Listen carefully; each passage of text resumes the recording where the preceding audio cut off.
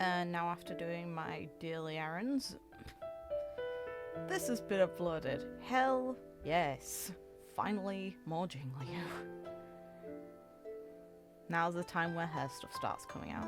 Former sword champion of the Lawfu, now walking the fine line between sanity and marriage, struck diligently pursuing the old aspirations of yesteryear. Beautiful art still.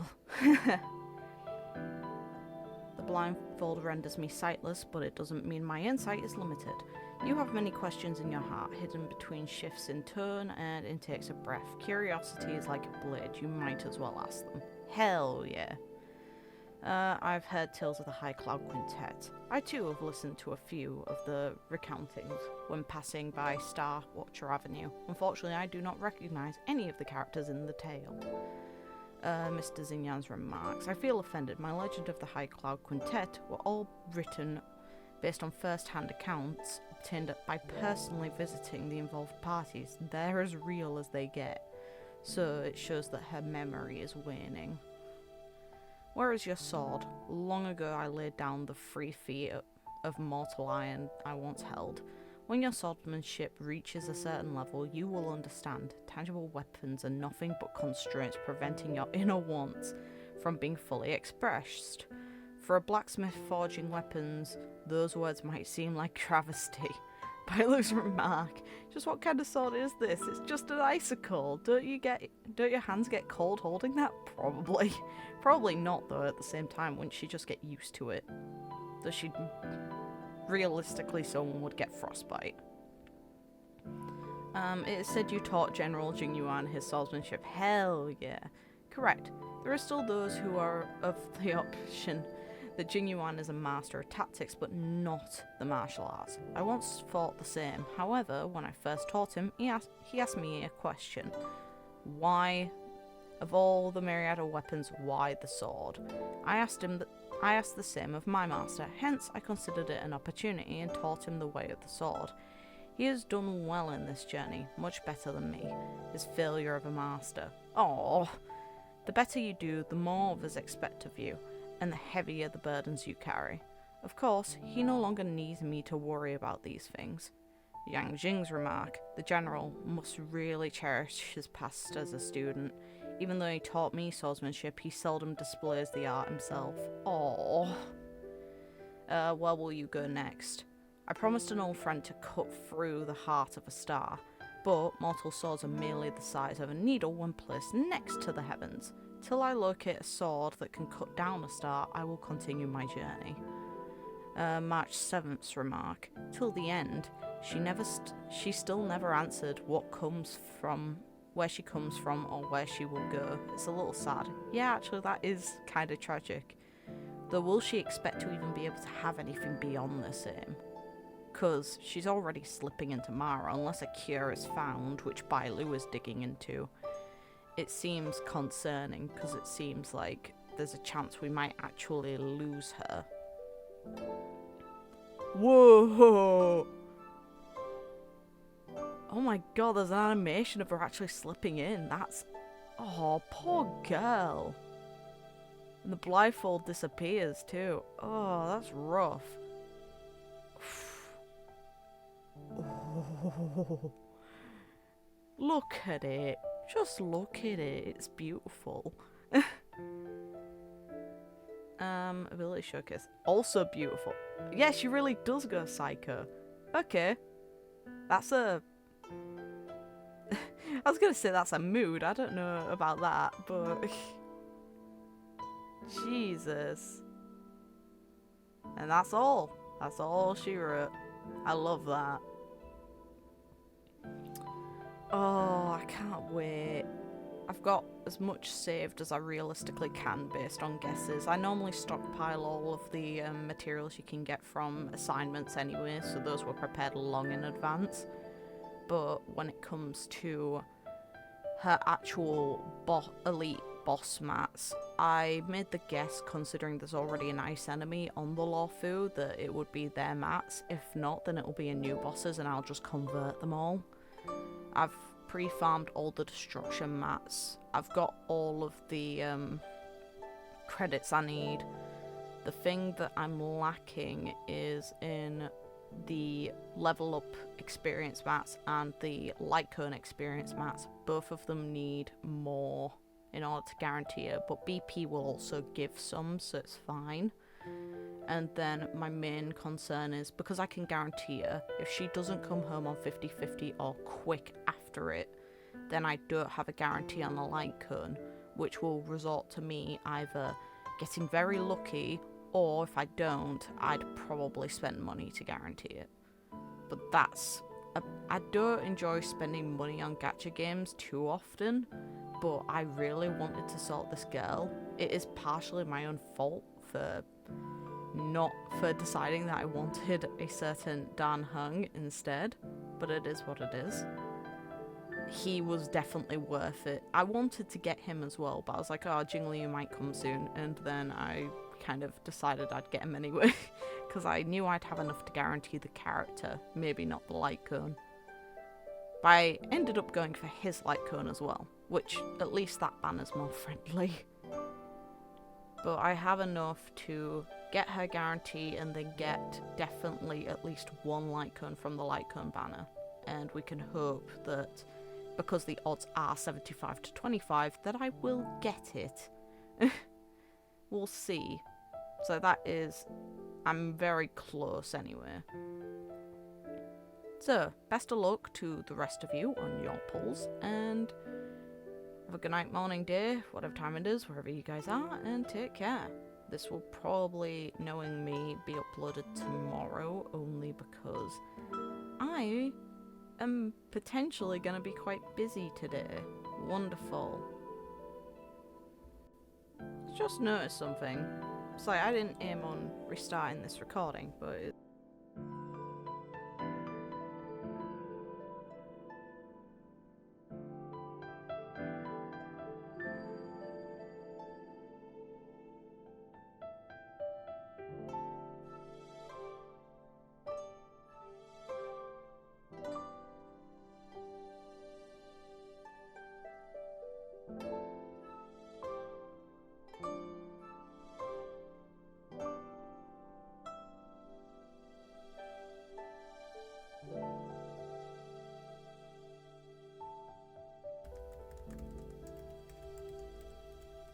a lot of people seem to be complaining about this, but I just noticed it myself, so I have to add to it.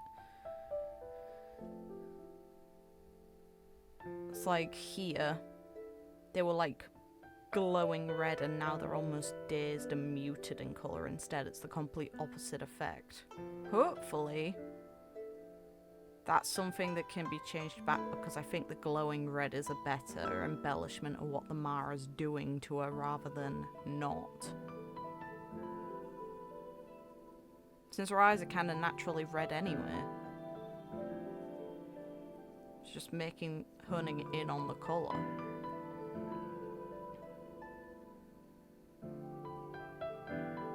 This is still really depressing though. Okay, just noticed this before I have to go out today, so I may as well have a look at it. Lightcone preview, I shall be my own sword. The artwork's still stunning.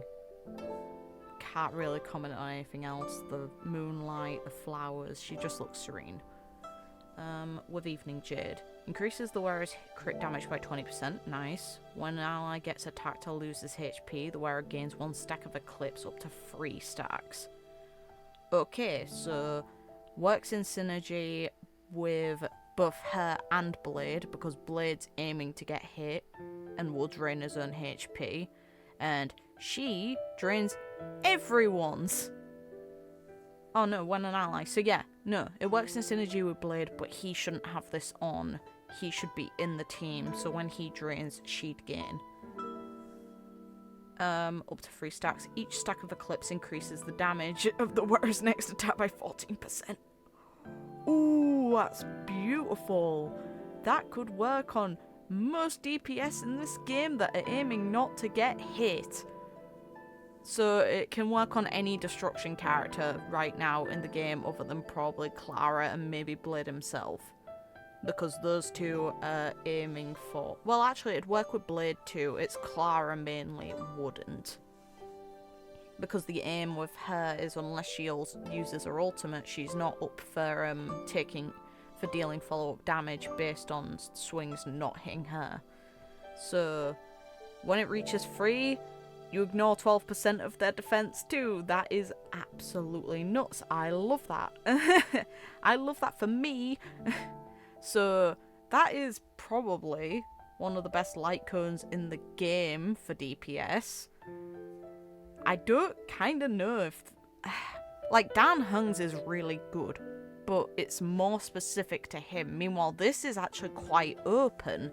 It helps Jingliu, probably, but I'd say it's more flexible with other characters because it could apply to any destruction character that isn't aiming to be the one taking damage from the enemy.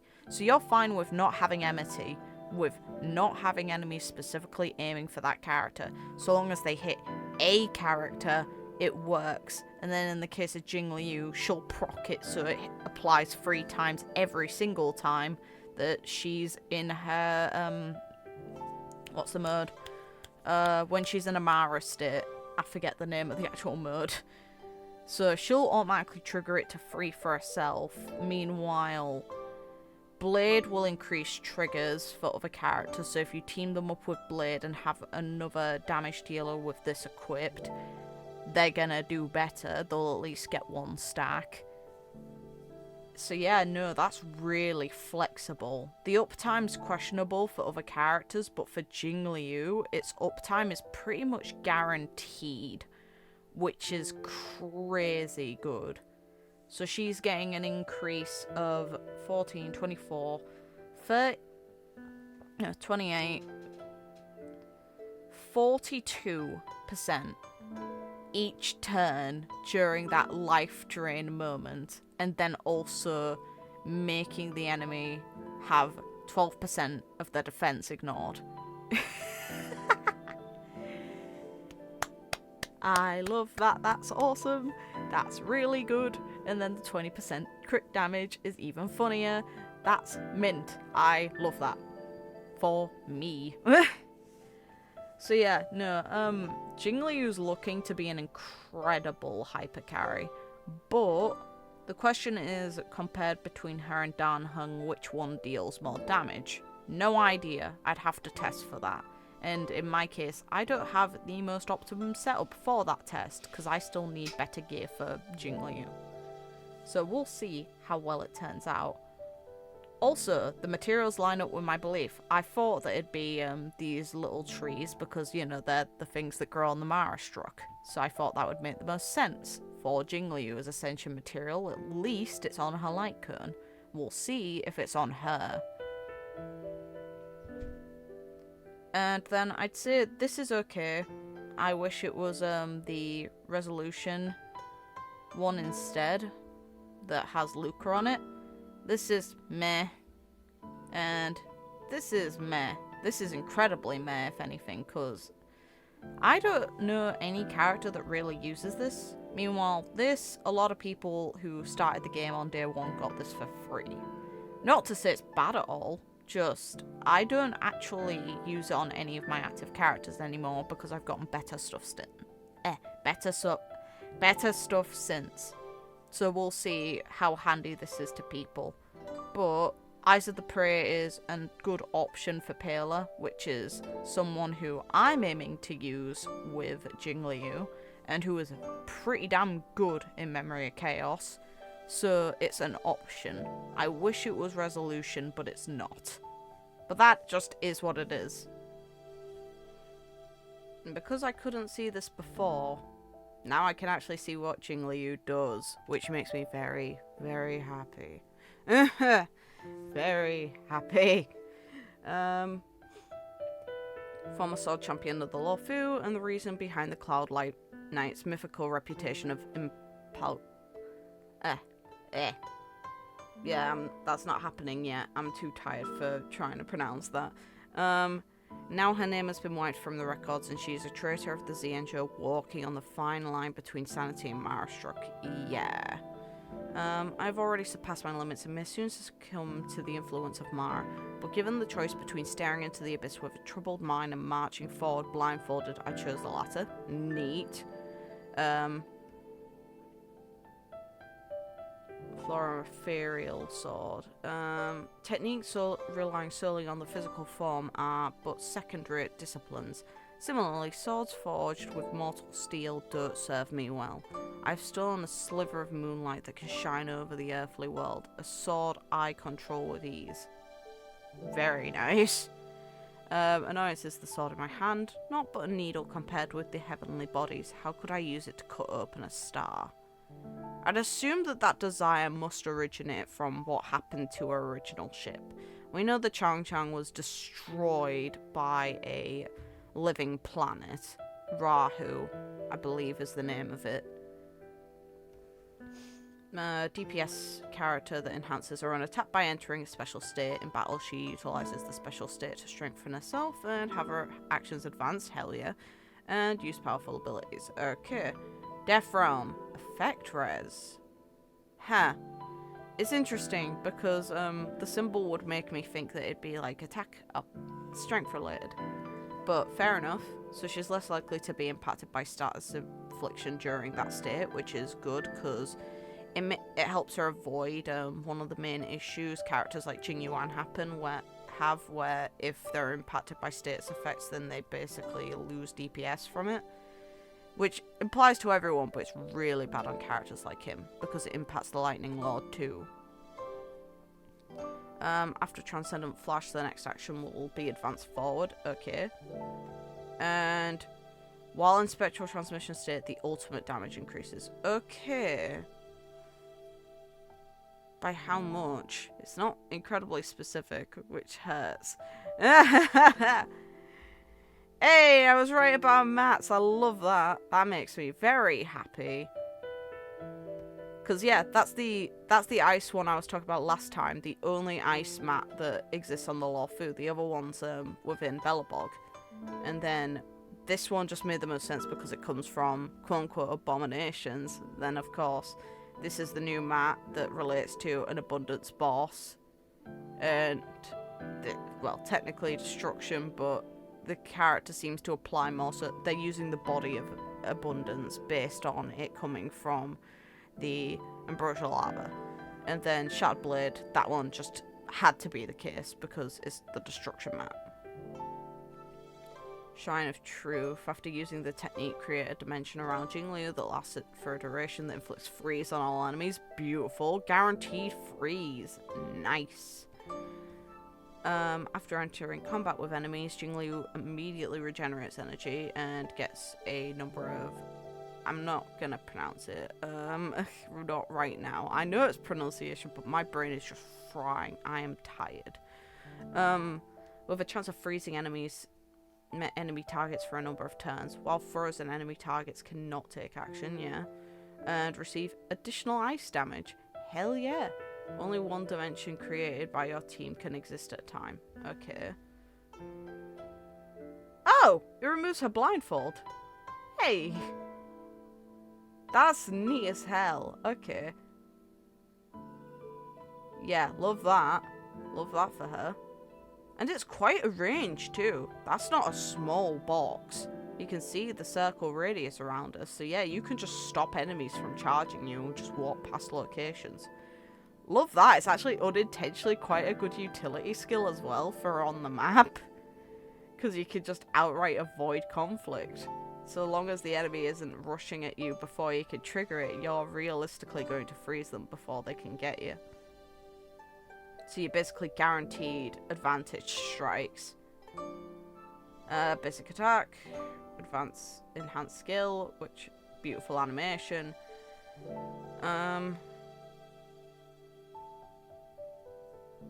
So it's AoE, which is lovely. It doesn't consume skill points, which is absolutely awesome. Instead, just consumes stacks. But how many stacks do we get is the question. Talent. Okay. Oh, okay. This is the important thing. When Jingliu has a number of stacks, she enters a spectral transmigration state with her action advanced and her crit rate increased. By how much? I would love it if we had values. That would be great. Oh, my nose. Then Jingliu's skill, Transcendent Flash, is enhanced to Moon on Glacial River. And only this enhanced skill is available for use in battle. So basically those enemies that lock onto you for using your skill are going to absolutely want to demolish Jingliu for just existing. Let's see. When she uses an attack, she consumes HP from all of her allies equal to a percentage of her respective max HP. It can't be reduced to less than 1. Okay, that's good. Jingliu's attack increases proportionally based on the allies' HP. Total HP consumed by all allies from this attack. Okay, and capped at a percentage of a base attack. Okay, so what's going to be more important here? Because her HP actually has value, and quite a bit of it, to be fair.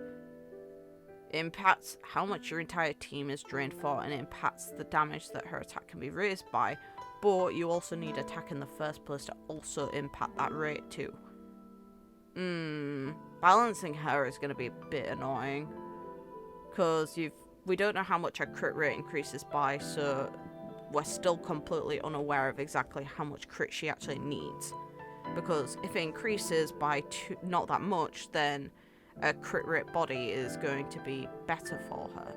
If it increases by a lot, then crit damage is going to be better. I've already pre-farmed both, so it doesn't really matter for me, but it'd be nice to know which one. Just because eventually, as much as, like, I am going to prepare this girl, but if Memory of Chaos ever had, like, 2 setups for ice, I may as well build Yangjing long-term. So, knowing which one it is enables me to just really quickly build him, too. With all the spare pieces I got for her. But, anyway. Increase based on that. She cannot enter the state again until it ends. So, you cannot force the state to reactivate immediately, so you can't get the HP drained multiple times until the state actually ends. But can you get the new stacks while still in the state? That's my question.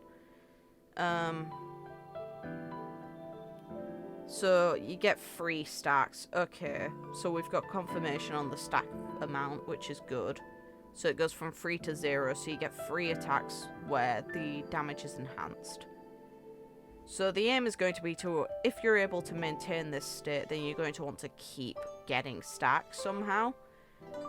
If you can't, then it's going to be to trigger it as quickly as you feasibly can. You gain a number of stacks. It says a number, so how many? I presume 1, but it doesn't say. Okay, deals ice damage to a specific target and gains... Okay, it gains the actual stacks. So, ult generation is going to be really important for her. So yeah, Ting Yun is absolutely amazing on her banner then.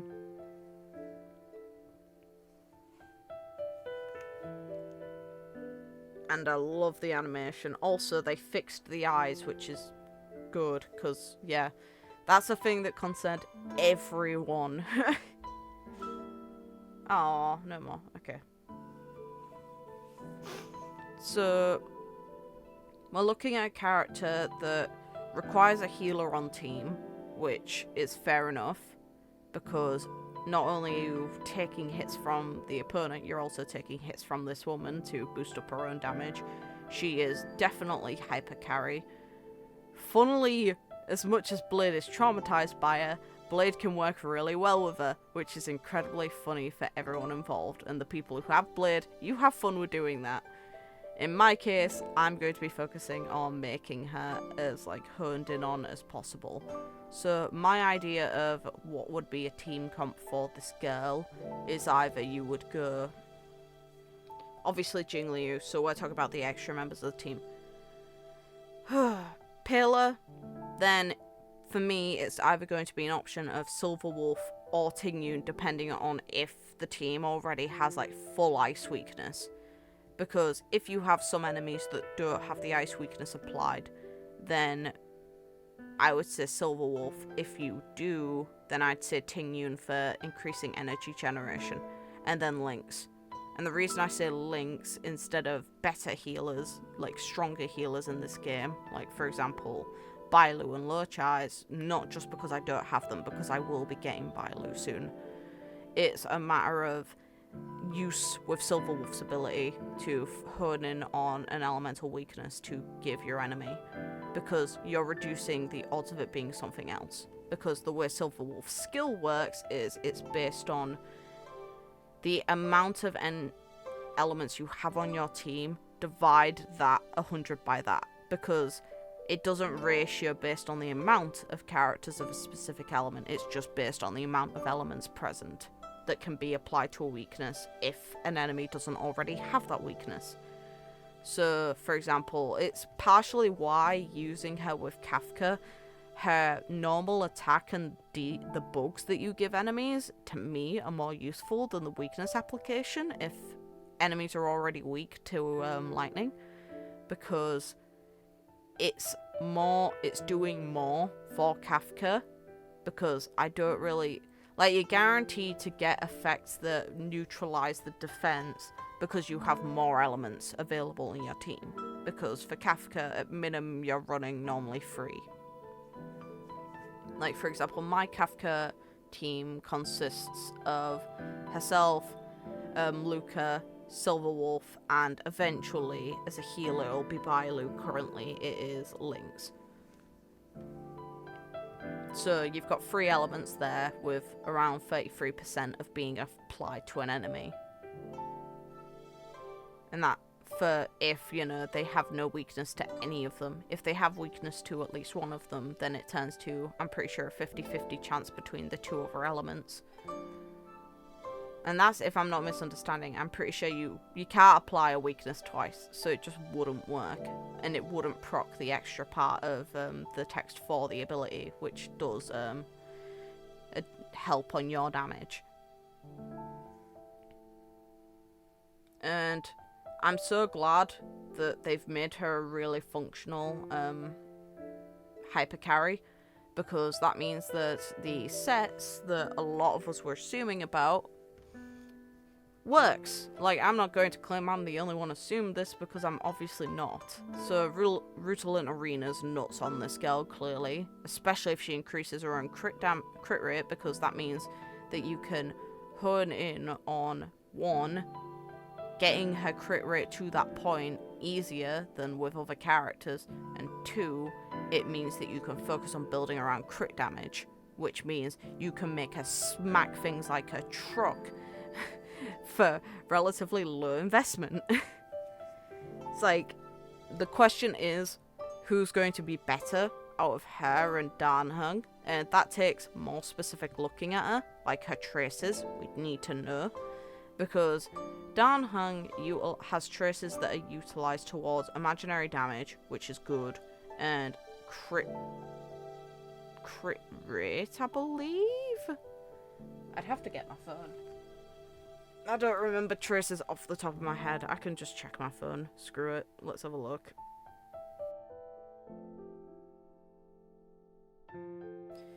Whew.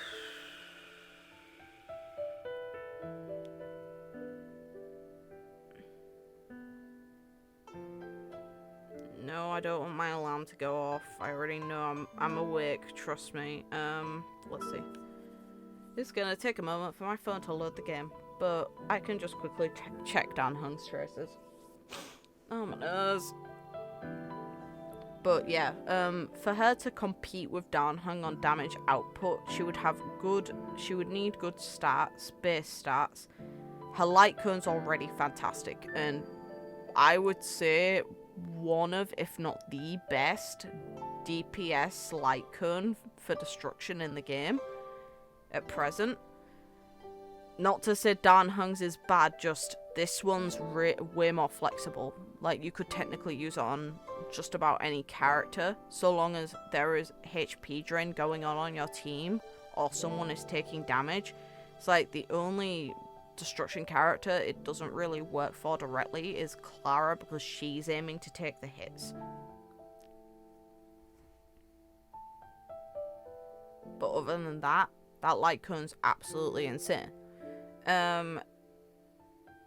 So it's down to traces and to her personal stats, base stats, on how good she's actually going to be, because she has potential. She has a lot of potential. It's like currently Dan Heng is the best DPS in the entire game, which his main issue though is the fact he is incredibly greedy. Yeah, it's crit rate, I was right. So he's boosting up the means of which he gets the most optimum damage. And it's like, just to put into perspective, my Dan Heng is sitting at 72.1% crit rate and 114.8% crit damage. And this is like, I abruptly decided that I was going to end up pulling for Dan Heng. I originally aimed to skip him, so that should say a lot about how optimum my farming for him was. Because I was aiming to go all in on Jingliu, and then I started thinking to myself, if I miss out on this, I'm going to have to wait potentially 8 months maybe before a rerun occurs, and then I'm going to be really angry because I've missed out on a good boy and he came home really fast, so there was that. But his light cone, Defiant till death, increases crit rate by 18%, really good general. When the wearer uses their basic attack, they gain stacks. This is the thing that's the issue. It's based on basic attack usage, which is incredibly good for Dan Heng. It makes it his best in slot for obvious reasons. But most characters that are hyper carries aren't going to be aiming to be using their basics. Especially not this girl. This girl's highly tailored towards using her skill. So, if I gave this light cone, Brighter Than the Sun, to Jingliu, it would actually probably be worse than using a 4-star. It's like, the crit rate would be nice, but you wouldn't actually be getting many triggers off of the other part of the skill, which is where quite a bit of it comes from. Because Dragon's Call stacks give you energy regen, and it increases your attack. So you'd want to be using basics in order to get these stacks, so you get more energy and deal more damage.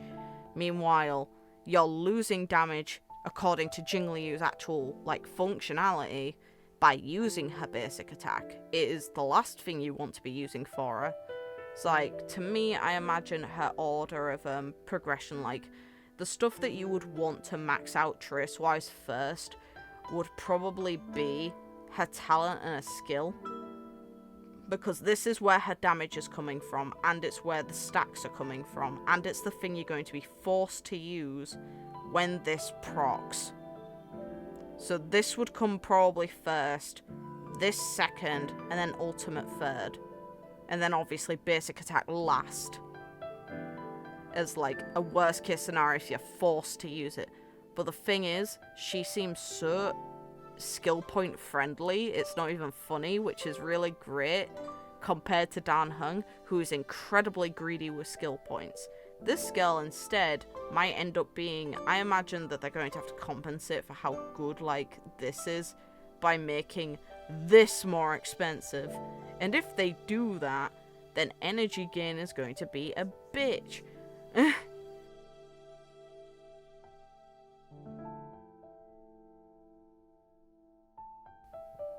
So it's going to make a character like Ting Yun absolutely required.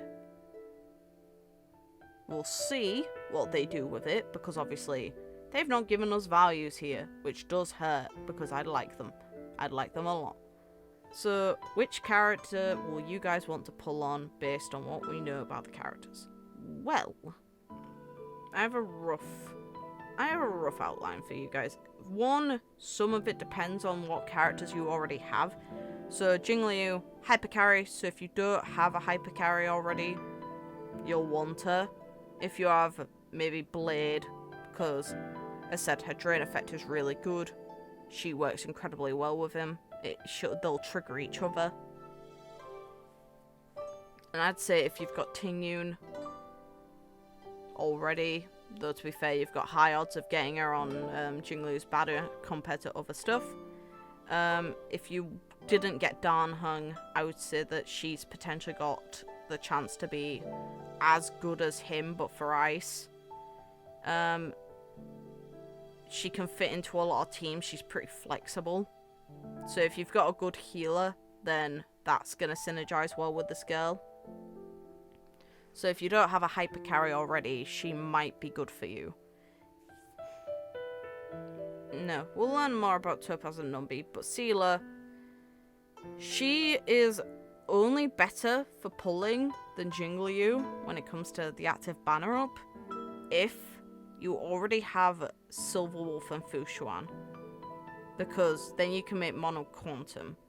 A Mono Quantum is really good because it's technically able to become useful against any enemy in the game, because Silver Wolf will apply the quantum weakness and then you can just strike with everything you've got. But if you don't have the capability to do Mono Quantum, then I would say Jingliu is more worthwhile. And this is as someone who already has Seele and uses Seele still. She has become less useful lately because of the direction of Memory Chaos, which has been more so focused on Imaginary. And then in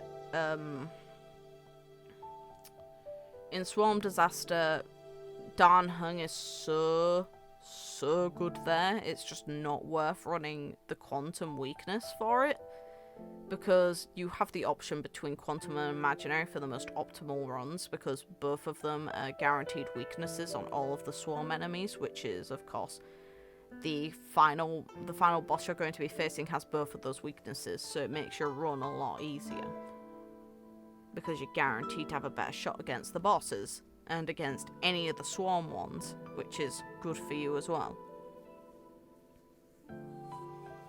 So I would say in the case of if you don't have Dan Hung already and want a good DPS for Swarm Disaster, then Seele might be a good option. I'd say if you have the capability to do Mono Quantum as a team, then she's really good as an option. But otherwise, I would probably recommend people pick Jingliu, because Jingliu right now, based on what we do know, is looking to be potentially top tier. I don't know if I'd say power creep applies to this game as much as it does to other entries. Like Honkai Impact 3rd, power creep is a heavy factor of that game. Meanwhile, this game doesn't require you to compete against other players, so power creep is less of a concern. You will eventually want DPS and supports that work for every element in this game. That is just the long-term aim I think every account is going to have, like with Genshin. But for the time being, we're kind of at the stage where that's probably not going to be the case. It's like, in my personal instance, I currently will not have, after this banner happens, a DPS for wind or fire. And that's something long-term I'm going to need to sort. But the banners so far have been very good for utility, so I have a lot of good utility characters that can go across the board. So for now, I'd say we're kind of at a stage where I don't think anyone but Wales will have DPS for every single element in the game. So it's based on what you think your account needs. If you have already Yangjing and have built him, it's like in my case, I intentionally didn't and invested into other characters I cared more about because I wanted this girl. I was waiting for her because I was hoping she would be present. I was hoping she would be playable, and they've given me my wish, so I'm getting Jingliu. It's probably not the most optimal, but the thing is, she'll be a better ice DPS than he ever could be, and I will make her work long term. So it's all dependent on your account. If you already have Yangjing and have already built him, then you could maybe go for Seele instead on the rerun. Or you can wait for more information on Topaz and probably go for her, because she probably will be a good fire damage dealer. It's like, she helps follow up. Follow up is a mechanic that multiple characters across different elements use, so she is going to be sustainable long term. She's kind of going to be like Bronya and like Silverwolf, where she's kind of a timeless character on her usability because of her functionality. Just hers is a more specific area, so she's less able to be like spread out into multiple teams, and instead has to have a more focused design, kind of like Kafka. So we'll see long term how well that works for when more follow-up characters are added into the game. If not, then who knows? We might get alternative situations. All I know is you've got 2 hyper carries available and 1 DPS who seems to have supportive capabilities for specific situations. So it's really dependent on what you want.